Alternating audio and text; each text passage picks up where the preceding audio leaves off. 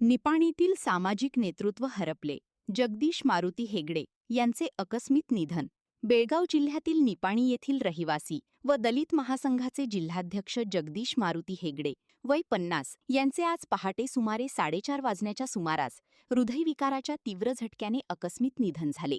त्यांच्या अचानक जाण्याने निपाणीसह संपूर्ण परिसरात हळहळ व्यक्त होत असून सामाजिक क्षेत्रात मोठी पोकळी निर्माण झाली आहे. फुले शाहू आंबेडकर आणि अण्णाभाऊ साठे यांच्या विचारधारेवर आपले संपूर्ण जीवन व्यतीत करणारे हेगडे हे मातंग समाजाचे खंबीर व अभ्यासू नेतृत्व म्हणून ओळखले जात होते. समाजातील वंचित घटकांसाठी त्यांनी सातत्याने आवाज उठवला आणि विविध सामाजिक उपक्रमांमधून आपली ठाम भूमिका मांडली. त्यांच्या कार्यामुळे ते संपूर्ण बेळगाव जिल्ह्यात परिचित व आदरणीय व्यक्तिमत्व बनले होते. निपाणी परिसरात त्यांच्या कार्याची नेहमीच चर्चा होत असे. सामाजिक न्याय, समता आणि बंधुता या मूल्यांसाठी त्यांनी दिलेले योगदान उल्लेखनीय मानले जाते.